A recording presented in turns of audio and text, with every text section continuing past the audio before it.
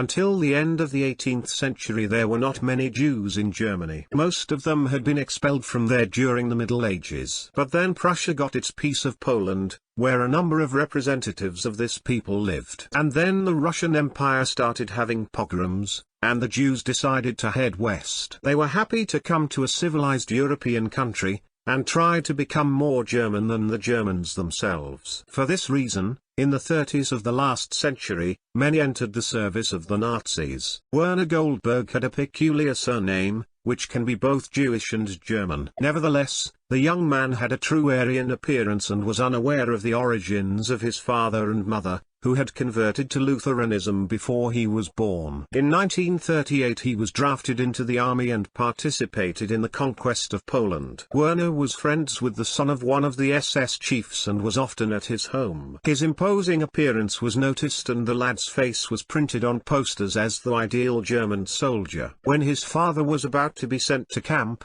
Werner took him home, taking advantage of his fame. He went on demob and lived to see the end of the war, and never had a problem because of his past. Beautiful Stella Goldschlag was going to be a jazz singer, but after the Nazis came to power, a career was out of the question. Growing up in a family of German parents, she was forced to go to a Jewish school. Thanks to her pretty face and spontaneity, she made many acquaintances there. And when her dad and mum were taken away, the girl herself offered to work as a Gestapo agent. During her career she handed over to the authorities up to 3,000 Jews. The legend was simple: her Aryan appearance allowed her to move freely around Berlin, and her acquaintances and knowledge of Jewish life allowed her to prove her Jewishness to her fellow tribesmen. Rudolf Kastner was an influential Hungarian Jew and had become a convinced Zionist even before the war. His native Hungary was an ally of the Third Reich, but the Germans still did not have as much power there as in other countries. Therefore, the local Jews were allowed to leave, although they asked for a large sum of money to do so. On the Jewish side, Kastner was in charge of the process. On the German side,